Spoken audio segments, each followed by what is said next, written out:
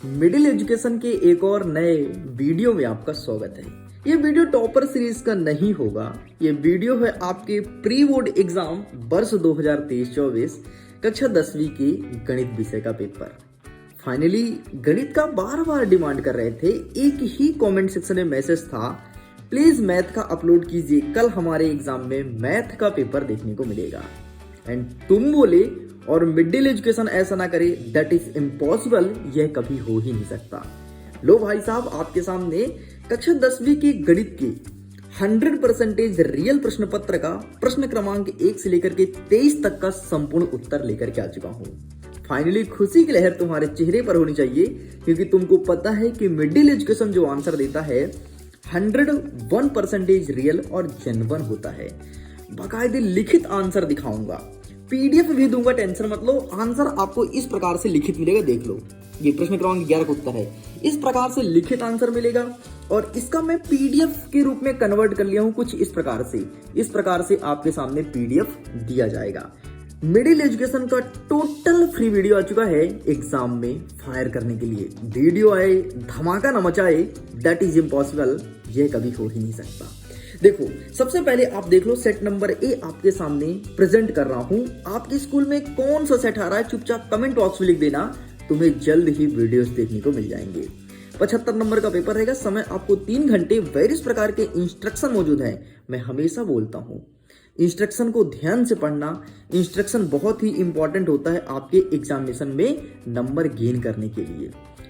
हम आगे बढ़ते हैं, यहां से कवर करेंगे। सही विकल्प चुन करके लिखिए। पहला नंबर कहता है संख्या 5 और 10 का महत्तम समवर्तक मतलब HCF क्या होगा। जब हमने इसका HCF निकालने बैठा तो इसका सही आंसर आया option number C, 5 is correct answer. आगे बढ़ते हैं। दूसरा नंबर कहता है कि यदि किसी द्विघात बहुपद क्या लिखा है, ax² धन bx धन c के शून्य का अल्फा और बीटा हो तो अल्फा प्लस बीटा का मान क्या होगा, तो इसका सही आंसर हो जाएगा -b/a। लेकिन यहीं पर यदि प्रश्न पूछता कि अल्फा इंटू बीटा का मान क्या होता, तो वहां पर इसका सही आंसर हो जाता c/a। इस चीज को ध्यान रखना है ना, बहुत माइनर चीज है। कभी कभी प्रश्न में गुलाटी खा के प्रश्न पूछ लेता है कि अल्फा इंटू बीटा का मान क्या होता, तो c/a होता, लेकिन यहाँ पे धन का चिन्ह है, इसलिए इसका उत्तर हो गया -b/a। ओके, आगे बढ़ते हैं। तीसरा नंबर कहता है कि रैखिक समीकरण युग्म a1x b1y c1 इक्वल 0 है और a2x b2y धन c2 इक्वल 0 का कोई हल नहीं की शर्तें क्या होगा, तो इसका सही आंसर होगा option number B, a1/a2 equal b1/b2 is not equal to c1/c2।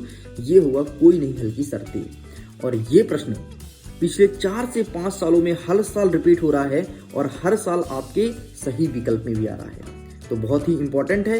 हो सकता है कि वार्षिक परीक्षा में हूबहू यही प्रश्न देखने को मिल जाए, इसीलिए बहुत अच्छे से इसे याद कर लीजिएगा। आपको एक चीज मैं बता देता हूं, वार्षिक परीक्षा में आपको बहुत सारे क्वेश्चंस यहां से देखने को मिलेंगे, इसीलिए आपको बहुत अच्छे से पढ़ाई करनी है। आगे देखते हैं। चौथा नंबर कहता है एपी का मान दिया है 1, -1, -3 और -5 में सर्वांतर है। इसमें सर्व में अंतर बताना है, तो इसमें सही आंसर हो जाएगा -2। ठीक, इसमें -2 का अंतर है। चलिए आगे बढ़ते हैं। नेक्स्ट कह रहा है 5वां नंबर, यदि किसी त्रिभुज की एक भुजा के समांतर अन्य 2 भुजाओं को भिन्न भिन्न बिंदुओं पर प्रतिच्छेद करने के लिए एक रेखा खींची जाए, तो अन्य 2 भुजाओं एक ही अनुपात में विभाजित हो जाती है। इस कथन को निम्नलिखित नाम से जाना जाता है, तो इसका सही आंसर हो जाएगा आधारभूत अनुपातिक प्रमेय। मतलब आधारभूत अनुपातिक प्रमेय का ये कथन लिखा गया है ऊपर। ठीक, तो ये सही उत्तर हो जाएगा। आगे बढ़ते। नेक्स्ट कहता है बिंदु ए का मान दिया है 1 और -2, बी का मान दिया है -3 और 4 को मिलाने वाली रेखाखंड के मध्य बिंदु के निर्देशांक होंगे, तो इसका सही आंसर लिखेंगे -1 और 1, अर्थात option number A is correct answer. आगे बढ़ते हैं। ये रहा इंग्लिश में, अगर आप इंग्लिश मीडियम के विद्यार्थी तो इंग्लिश में क्वेश्चंस को कैच कर सकते हैं। आगे बढ़ते हैं। अब हम रिक्त स्थान की तरफ। हमारा पहला नंबर कहता है कि 3√2 एक डैश डैश संख्या है। ये कैसी संख्या है हमें पहचानना है, तो यह एक अपरिमेय संख्या है। परिमेय संख्या होता है सिंपल सा बट्टे के रूप में, है ना, जैसे 1/4 लिखा हो, इसे कहते हैं परिमेय संख्या। लेकिन जब इस फॉर्म में लिखा हो तो उसे हमेशा अपरिमेय संख्या कहते हैं। इस चीज को ध्यान रखना। आगे बढ़ते हैं दूसरा नंबर, यदि px एक द्विघाती बहुपद है, जो px है वो एक द्विघाती बहुपद है, यदि px का मान शून्य है तो डैश डैश समीकरण कहलाता है, तो यह एक वर्ग समीकरण कहलाएगा। सिंपल सा आपको यहाँ पर वर्ग लिखना है, वर्ग। ओके, बाकी लिखित आंसर दूंगा, पीडीएफ भी दूंगा, टेंशन नहीं लेना है, बस आपको इत्मीनान से वीडियो को एंड तक देखना है। 1 से लेकर के 23 तक का संपूर्ण उत्तर मिलेगा, कहीं नहीं भटकना पड़ेगा, क्योंकि आपके सेवा में ही मिडिल एजुकेशन लगातार कार्यरत है। और टॉपर सीरीज से जरूर जुड़ना, अगर वार्षिक परीक्षा में टॉप करना हो तो लिंक डिस्क्रिप्शन बॉक्स में व्हाट्सएप का, टच करो और जल्दी से ज्वाइन हो जाओ। आगे देखते हैं, नेक्स्ट कहता है तीसरा नंबर, किसी द्विघातीय समीकरण के मूल यदि वास्तविक और समान हो तो विविधकर का मान क्या होगा, तो हमेशा शून्य होता है। और ये प्रश्न आपके त्रैमासिक में आया है, अर्धवार्षिक में आया है, देखो प्री बोर्ड में भी आया है, मतलब 3 साल पूछा है, मतलब 200% है वार्षिक में आएगा। आपको पता है बेटा, जो प्रश्न हर साल रिपीट होता है ना, वो प्रश्न 12वीं कक्षा में आता ही आता है। तो फाइनली एक प्रश्न मैंने आपको वहां बताया, एक यहाँ पर, ये 2 प्रश्न हो गए जो कि वार्षिक में आएंगे। नेक्स्ट कहते हैं चौथा नंबर, समांतर श्रेणी ए प्लस डी, ए प्लस 2d, ए प्लस 3d डैश डैश का 10वां पद क्या होगा, तो 10वां पद हो जाएगा हमारा ए प्लस 9d, ए प्लस 9d। चलो आगे बढ़ते हैं, नेक्स्ट 5वां नंबर, वे सभी आकृतियां जिनके आकार समान होते हैं परंतु उनके माप समान होना आवश्यक नहीं है, वो कैसी आकृतियां कहलाती है, तो उसे कहते हैं समरूप आकृतियां। मतलब जिसका रूप रंग तो समान है लेकिन उसकी माप जो है वो समान है भी और समान नहीं भी है। आगे बढ़ते हैं, नेक्स्ट 6वां नंबर, बिंदु 0,4 डैश डैश अक्ष पर स्थित है, तो 4 बस दिया है।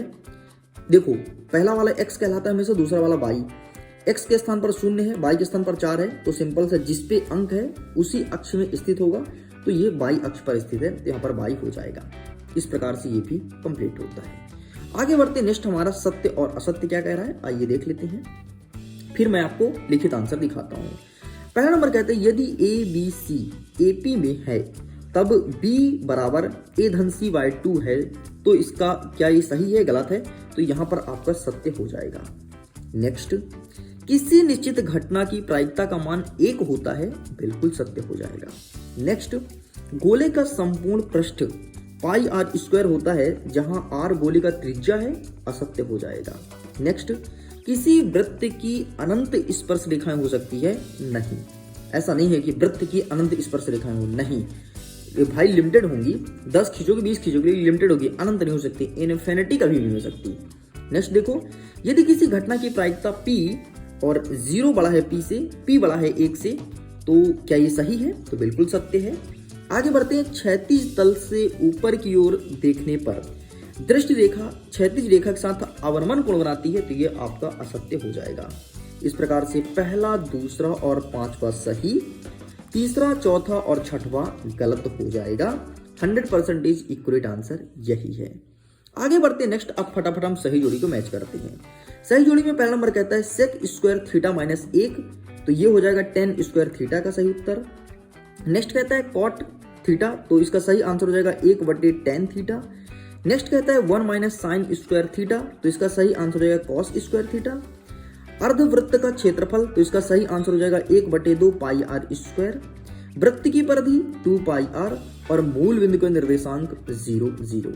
और ये प्रश्न हमेशा पूछता है, आपके त्रैमासिक में आया है, अर्धवार्षिक में आया है, प्री बोर्ड में आया है। और इतना ही नहीं, जरा और सुनो, पिछले साल के त्रैमासिक में आया था, अर्धवार्षिक में आया था, प्री बोर्ड में आया था, मेन पेपर में आया था। अब समझ लो हर बार के पेपर में आया है, तो वार्षिक में आना 200% फिक्स है। देखो इस प्रकार से क्वेश्चन रिपीट होते हैं। मैंने 3 प्रश्न ऐसे बता दिए जो आने ही आने हैं वार्षिक पेपर में, 3 क्वेश्चन। इसीलिए बोलता हूं कि मेरे द्वारा बताए हुए मोस्ट आईएमपी क्वेश्चंस के वीडियो को देखोगे तो बिना पेपर मांगे तुम वार्षिक पेपर फाड़ोगे। और देख लेना, तुम खुद देखना, जब तुम्हारा वार्षिक पेपर होगा ना, तो तुम्हारा पेपर, पहला पेपर बहुत अच्छा जाएगा, दूसरा ही बहुत अच्छा आएगा। मतलब आसानी से तुम 80-85% लेकर के आओगे, केवल और केवल टॉपर सीरीज के माध्यम से। इसीलिए मैं टॉपर सीरीज को 100 रुपये में रख रहा था, लेकिन आप लोग के डिमांड कारण मुझे 0 रुपये में करना पड़ा, क्योंकि बहुत सारे बच्चे ऐसा बोल रहे थे, सर मैं पैसे नहीं पे कर सकता, सर मेरी घर की स्थिति इतनी अच्छी नहीं है। तो उन सब को ध्यान रखते हुए मैं सभी बच्चों के लिए फ्री कर दिया हूँ। तो फायदा उठाओ यार, तुम्हारे लिए हर एक चीज कर रहा हूँ। आगे बढ़ते, नेक्स्ट एक वाक्य में उत्तर दीजिए, लेकिन उसके पहले कुछ प्रश्न के आंसर को कवर भी करते चलते हैं। ये रहा भाई साहब, देखिए सही विकल्प का पूरा पूरा उत्तर, रिक्त स्थान का उत्तर। ठीक, नेक्स्ट रहा आपके सत्य सत्य का उत्तर और सही जोड़ी का उत्तर, तो आप इसका स्क्रीनशॉट ले लीजिए। चलिए आगे बढ़ते हैं। अब हम देखते हैं एक वाक्य में उत्तर। पहला नंबर कहता है, क्या सभी समद्विबाहु त्रिभुज समरूप होते हैं? हाँ जी बिल्कुल सत्य है, तो हाँ हो जाएगा। यदि 10 मीटर ऊंचे वृत्त की छाया 10√3 मीटर है तो सूर्य का उन्नयन कोण कितना होगा? तो 30 डिग्री हो जाएगा। ठीक है, नेक्स्ट हमें एक द्विघाती समीकरण दिया है ax² धन bx धन c बराबर 0 के विविधकर का सूत्र क्या होगा? तो सिंपल से लिखना है d बराबर b² माइनस 4ac, d बराबर b² माइनस 4ac लिखित दिखा दूंगा, टेंशन नहीं लेना है। नेक्स्ट, शंकु के आयतन का सूत्र क्या होता है? तो शंकु के आयतन का सॉरी एक प्रश्न छूट गया है। वृत्त की एक छेदक रेखा वृत्त की कितने बिंदुओं को प्रतिच्छेद करती है? तो 2 बिंदु को प्रतिच्छेद करती है। शंकु के आयतन का सूत्र क्या होता है? तो 1/3 पाई r स्क्वायर AH ये होता है। नेक्स्ट कहता है 3 3 4 5 5 का समांतर माध्य क्या होगा? तो 4 हो जाएगा। ठीक, ये 3 3 काटो, 5 5 काटो, बीच में क्या है 4 4 आपका समांतर माध्य हो जाएगा। एंड ये रहा इसका final answer. Sorry, please take a screenshot. Got it? चलिए जी आगे बढ़ते नेक्स्ट क्वेश्चन, प्रश्न क्रमांक 6 की तरफ। तैयार हो जाइए, एक एक प्रश्न का उत्तर आपको बकायदे दूंगा। भाई जैसा प्रॉमिस किया था मिडिल एजुकेशन वैसा ही दिखाएगा। छठवें में देख लो, एक HCF का वैल्यू कुछ इस प्रकार से दिया है, इसका मान 9 दिया गया है और LCM का इसका मान हमें ज्ञात करना है। अथवा में देख लो, दर्शाइए कि 5 माइनस √3 एक अपरिमेय संख्या है। तो सबसे पहले आप ऊपर वाला देख लो, पूरा का पूरा वैल्यू सेम है। आप लिखोगे इस प्रकार से LCM ये वाला लिख दोगे। ठीक, फिर आपको इसका LCM का वैल्यू लिखना है, फिर बटे में कर दोगे HCF का। ठीक, इस प्रकार से करने के बाद HCF का मान आपको 9 दिया तो नीचे 9 कर देना, ऊपर ये इन वालों वैल्यू कर देना, काट ऊपर ऊपर गुणा कर देना, फिर 9 से भाग दे देना। तो भाग देने पर आपको उत्तर आएगा 22 33 8। यही आपका इक्वरेट आंसर हो जाएगा। अथवा वाला देखते हैं, दर्शाइए कि क्या कहता है 5 माइनस √3 एक अपरिमेय संख्या है। तो ये रहा भाई साहब इसका आंसर। आप लिखेंगे कि 5 माइनस √3 एक अपरिमेय संख्या है, अर्थात फिर यहां से लेकर के आपको यहां तक लिखना है, तो आप इसका फोटो क्लिक कर सकते हैं। ठीक, चलिए आगे बढ़ते हैं। नेक्स्ट कहता है कि संख्या एक दिया गया है 7 4 2 9 का अभाज्य गुणनखंडों से गुणनफल को व्यक्त कीजिए, ये बोला गया है। एंड अथवा में कहता है कि एक अभाज्य गुणनखंड भी द्वारा 12 15 21 का हमें HCF निकालना है। तो ज्यादा अच्छा लगा हमें नीचे वाला, तो ये आपके सामने ले आया। 12 हो जाएगा 2 × 2 × 3, 15 हो जाएगा 3 × 5 और 21 हो जाएगा 3 × 7। ठीक, इस सब में कॉमन क्या है? 3 3 3 3 कॉमन है, तो हमने लिख दिया उभयनिष्ठ 3 है, अर्थात इसका HCF 3 होगा। मतलब जो तीनों में कॉमन होना जो मिले वही इसका HCF कहलाता है। आगे बढ़ते, नेक्स्ट क्या कहता है, एक द्विघातीय बहुपद ज्ञात कीजिए जिसके शून्य का योग और गुणनफल क्रमशः -3 और 2 है। तो सेम टू सेम यही प्रश्न का उत्तर लेकर आया हूं, देख लो। ठीक, ये रहा आपका एक वैल्यू दिया है, शून्य अल्फा और बीटा हो जाएगा, तो अल्फा प्लस बीटा -3 और अल्फा इंटू बीटा -2। ठीक, इस प्रकार से आपको सॉल्व करना है। -b/a का मान -3 हो जाएगा, c/a का 2 हो जाएगा। ठीक, तो इस प्रकार से आगे सॉल्व करेंगे, ये आपका आगे पूरा पूरा आंसर। तो आप इसका भी स्क्रीनशॉट ले सकते हैं। चलिए साइड करते हैं, नेक्स्ट क्वेश्चन देखते हैं। नेक्स्ट हमारा कह रहा है प्रश्न क्रमांक 9 नंबर को ध्यान से देखो। 4u² + 8u का शून्य ज्ञात कीजिए। लेकिन यहाँ पर 8 नहीं होना चाहिए, यहाँ पर आपका 81 होगा। आपके पेपर में है प्रिंट मिस्टेक। और देखो ये पेपर बहुत ही ज्यादा इंपॉर्टेंट क्वेश्चन है। ये त्रैमासिक में आया है, अर्धवार्षिक में आया है, प्री बोर्ड में आया है। इसके पहले देखो, उसके पहले त्रैमासिक में आया था, अर्धवार्षिक में आया था, वार्षिक में आया था। मैं दिखाता हूँ विद एंड प्रूफ। ये देख लो बेटा, क्या लिखा है, 2023 में पूछा था, 2024 में 200% पूछेगा। 200% पूछेगा मतलब 200% पूछेगा मतलब पूछेगा। तो ये रहा आपके सामने उत्तर। अच्छे से कंठस्थ रट लो, बात मानो तुम, रट लो, और ये आपका इस प्रकार से उत्तर आएगा। ठीक है, चलिए साइड करते हैं। नेक्स्ट क्या कहता है, 10वां नंबर हमसे क्या कह रहा है, देख सकते हैं कि यहाँ पे बोला है 3 बल्लों तथा 6 गेंदों का कीमत कुछ इतना है और 1 बल्ले और 1 गेंद की कीमत 1300 रुपए है। तो बीज गणितीय समीकरण का निर्माण कीजिए। तो देखिए भाई, ये रहा, देखिए ये आप लिखेंगे माना बैट का कीमत x और माना बायल का गेंद की कीमत y। ठीक, आप समीकरण लिखेंगे 3x धन 6y बराबर 3900, इसे देंगे समीकरण नंबर 1। दूसरा लिखेंगे और x धन 3y बराबर 1300, इसे देंगे समीकरण नंबर 2। ठीक, और लिखेंगे x बराबर 1300 माइनस 3/, ठीक, ये x का मान हमने यहाँ से निकाल लिया, x को इधर कर दिया और इसको पक्षांतर कर दिया, तो x का मान हमें निकल आया। अब लिखेंगे इक्वेशन नंबर फर्स्ट में ये रखने पर x का मान, हिंदी में बता देता हूँ, इसमें इंग्लिश में लिखा है, x का मान समीकरण नंबर 1 में रखने पर, हमारा समीकरण नंबर 1 ये था, यहाँ पर x का मान रख देंगे, तो सिंपल से हमने x का वैल्यू कुछ इस प्रकार से पुट कर दिया। पुट करने के बाद आपको इस प्रकार से सॉल्व कर लेना पूरा इक्वेशन, यहाँ से y का मान 0 आ जाएगा, x का मान हमारा आया 1300, और इस प्रकार से आपको चित्र बना देना है। ये रहा आपके सामने चित्र। लो भाई पूरा कंप्लीट कर दिया। मैं उम्मीद करता हूँ समझ में तो आया होगा। आगे बढ़ते, नेक्स्ट क्या कह रहा है, 11 नंबर कहता है कि समीकरण ax स्क्वायर धन 5x धन 3 शून्य के विविधकर का मान ज्ञात करना है। बहुत ही इंपॉर्टेंट प्रश्न है, हर साल रिपीट होता है, ये भी सेम वैसे ही है, त्रैमासिक, अर्धवार्षिक और वार्षिक पिछले साल, इस साल भी आया है आपके, आई थिंक वार्षिक परीक्षा में पूछा था, त्रैमासिक में नहीं आया था, ठीक, तो ये बहुत इंपॉर्टेंट है, इसे भी कवर कर लेना। नीचे वाला देख लेते हैं, लिखा है जांच कीजिए कि एक समीकरण दिया है 2x माइनस 1 x माइनस 3 बराबर x धन 5 और x माइनस 1 द्विघाती समीकरण है या नहीं, तो हमें जांच करना है।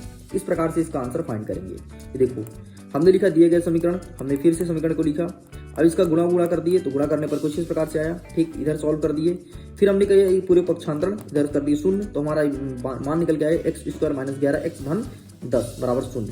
तो यह एक क्या द्विघाती समीकरण है, बस इतना लिख के कंप्लीट करना है, ठीक, ये रहा आपका पूरा आंसर। चलिए आगे बढ़ते, नेक्स्ट क्या कहता है, नेक्स्ट कहता है प्रश्न क्रमांक 12, हमें एपी के प्रथम 4 पद लिखना है, जबकि ए का मान -1 बटे कितना दिया है, -1/25 और सर्वांतर दिया है 0.25, वो भी है माइनस में। तो इसका आंसर फाइंड करना है। इसके अथवा दिया कि एपी -2 -6 -10 के अगले 4 पद क्या होगा, तो हमने नीचे वाला का आंसर लेकर गया है, ये रहा आपके सामने, ठीक, देख लो, इसका प्रथम पद -2 हो जाएगा, सर्वांतर हो जाएगा क्या, सर्वांतर आया -4 डी का मान, ठीक, तो ये देख लो भाई, कुछ इस प्रकार से लिखना है, एंड ये रहा। आगे लिखेंगे तो डी का मान तो -4 आ गया, ठीक है, जैसे कि डी का मान -4 यहीं पर आ गया था। आगे क्या लिखेंगे, ये तो पहला पद हो जाएगा, देखो a plus D, a plus 2d, a plus 3d, ऐसे आगे बढ़ते जाएंगे, तो ये रहा आपका फाइनल आंसर, ठीक, इस प्रकार से आपको लिखना था। ये रहा फाइनल आंसर ना, ये लिखना है नीचे वाला लाइन। तो देखिए एक आकृति दिया गया है, DE बराबर है BC, तो AD का मान हमें ज्ञात करना है। तो इस आकृति का हम दिखा देते हैं सही आंसर, ये रहा बेटा, जो कि आकृति वहां पर दिया था, तो सेम चीज यहाँ पर बना है, इसे कैसे लिखेंगे, तो ये रहा इसका आंसर। तो please take a screenshot, and AD का मान हमें 2.4 सेंटीमीटर निकल आया, यही सही उत्तर होगा, और हमें AD ही बोला गया था निकालने के लिए, ठीक, ये कंप्लीट होता है। PDF को डाउनलोड कर लीजिए, लिंक डिस्क्रिप्शन बॉक्स में दिया गया है, पेपर प्लस PDF दोनों आपको मिल जाएगा। चलिए आगे बढ़ते हैं, नेक्स्ट प्रश्न क्रमांक 14 कह रहा है कि एक बिंदु A का मान यहाँ पर दिया है, ठीक है, B का मान दिया, C का मान दिया, D का, और कहता है कि समांतर चतुर्भुज के शीर्ष इसी क्रम में हो तो P का मान हमें ज्ञात करना है।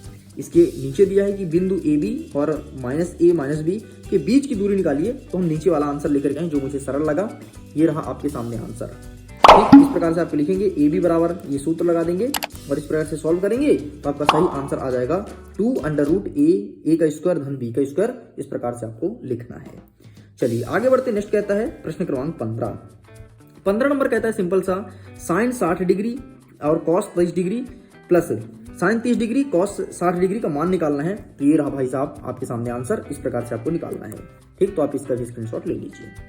चलिए आगे बढ़ते, नेक्स्ट हमारा 16 नंबर क्या कह रहा है, 16 नंबर कहता है कि 2 खिलाड़ी संगीता और रेशमा टेनिस का एक मैच खेलती हैं। यदि संगीता द्वारा मैच जीतने की प्रायिकता 0.62 है, तो रेशमा द्वारा मैच जीतने की प्रायिकता क्या होगी। ये रहा पूरा सेम आंसर। आप लिखोगे माना PA का मान इतना दिया है, PB का मान हमें निकालना है, तो PA धन PB बराबर 1, तो घटा दो सिंपल सा, 1 में से आप 0.62 घटा दो तो आ जाएगा 0.32, यही इसका सही उत्तर हो जाएगा।